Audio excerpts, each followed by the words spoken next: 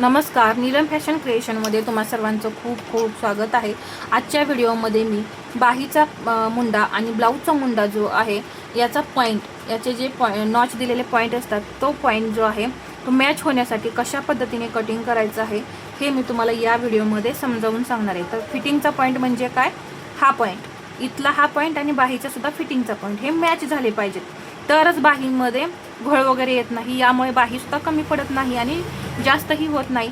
जर जास्त बाही झाली तर जे आकार आपल्या इथे मॅच व्हायला पाहिजे तिथे मॅच नाही होत, एक्स्ट्रा झालेलं मग आपण कटिंग करून काढतो आणि इथे हे जे अंतर आहे ते सुद्धा मग जास्त राहतं आणि जोडसुद्धा वर खाली होतात।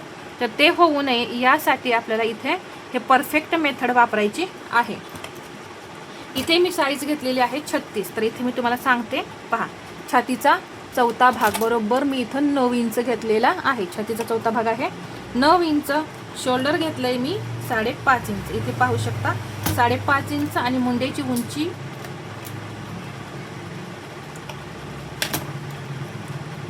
इथून पहा, इथे 5.25 इंच बरोबर आपली मुंड्याची उंची आहे, 5.25 इंच।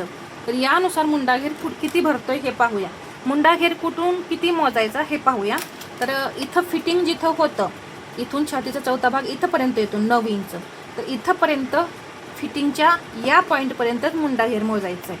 हे अर्धा इंच शोल्डर जोडण्यासाठी सोडून द्यायचं आणि हा मधला जो भाग शिल्लक राहतोय तो मोजायचा आहे।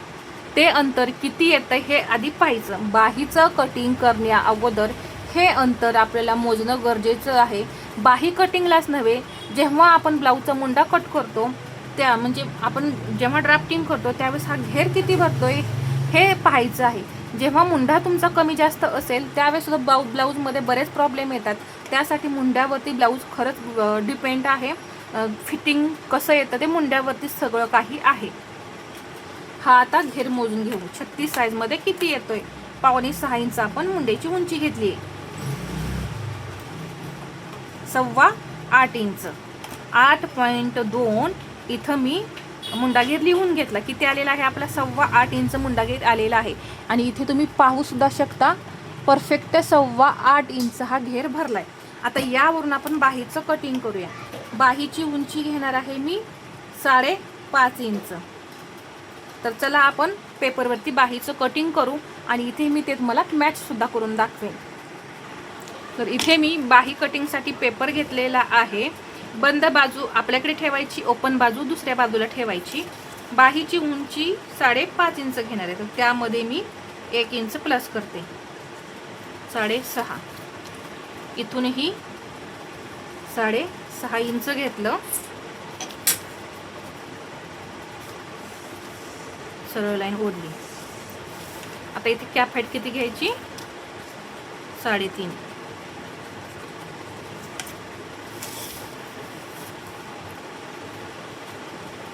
इथे सुद्धा मी या पद्धतीने घेतलं। आता मुंडा घेर आपला 8.25 इंच भरलेला हे आपण पाहिलं। तर ही जी उंची टाकली आहे इथून मी 8.25 इंच कुठे येते पहा, इथे येते। तर इथून मी एक पॉईंट दिला आणि इथून एक तिरकी लाईन ओढून घेते। आता याचे समसमान 4 भाग करायचे, 2 भाग करून घेतले। परत हा जो एक भाग आहे याचा असा सेंटर करायचा, सेंटर केला, याचा सुद्धा असा सेंटर करायचा। इथे मी 1 इंच घेतलं,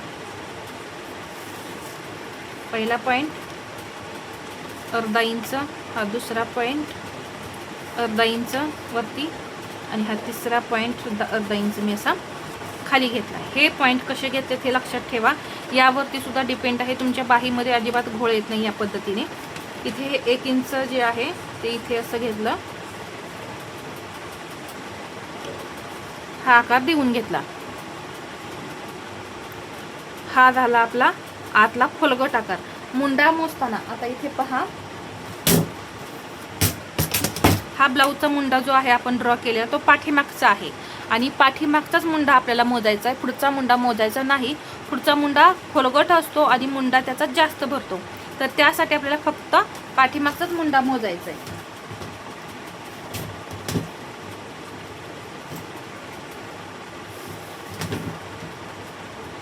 आता आता इथे आपण पाठीमागचे आकार देऊन घेऊ. तर हा पहिला पॉईंट आहे की नाही, याच्यावरती एक पाव इंचाचा पॉईंट द्यायचा.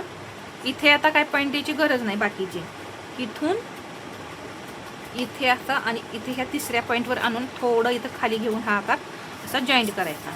तर आपले बाहीचे परफेक्ट आकार जे आहेत ते तयार झालेले आहेत. आता इथे दंडघेर 6.5, इथून पुढे 1.5 इंच मार्जिन. जसं की ब्लाऊजमध्ये 1.5 इंचच मार्जिन आहे, तसंच इथे 1.5 इंचच मार्जिन टाकायचं. तिथे जर 2 इंच असेल, आपण बॅक पार्ट कटिंग केलाय तिथे, तर इथे सुद्धा 2च इंच घ्यायचं. इथेही मी घेतलं हे 1.5 इंच.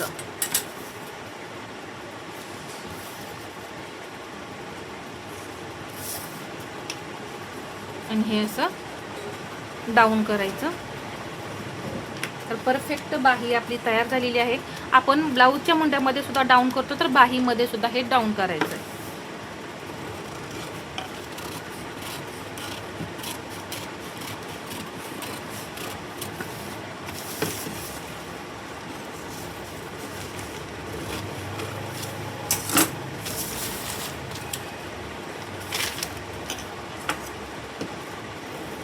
आता इथून हा पुढचा आकार सुद्धा मी कट करून घेते.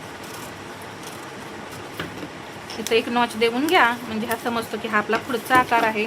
इथे सेंटरला एक नॉच देऊन घ्यायचा आणि हे फिटिंग जे आहे इथे सुद्धा एक नॉच असा देऊन घ्यायचा. दिल्यानंतर बाही ओपन करून पहा, बाहीचे आकार तुम्हाला कसे वाटत आहेत. एकदम परफेक्ट असे हे आपले बाहीचे आकार आलेले आहेत. याच पद्धतीने बाहीचे आकार आले पाहिजेत. तर हे आता मी तुम्हाला मोजून दाखवते. हा आपला बॅक पार्ट आहे, ही बाही आहे. आता इथे हे आपण 1/2 इंच शोल्डर मायनस केलेलेच आहे, म्हणजे ते जोडण्यासाठी जाणार. तर इथे इथून जे मार्किंग केलेलं आहे तिथे हा बाहीचा सेंटर जो आहे तो ठेवायचा. हे शोल्डर जोडलं की आतमध्ये आपोआपच जाणार आहे, म्हणून हे इथं.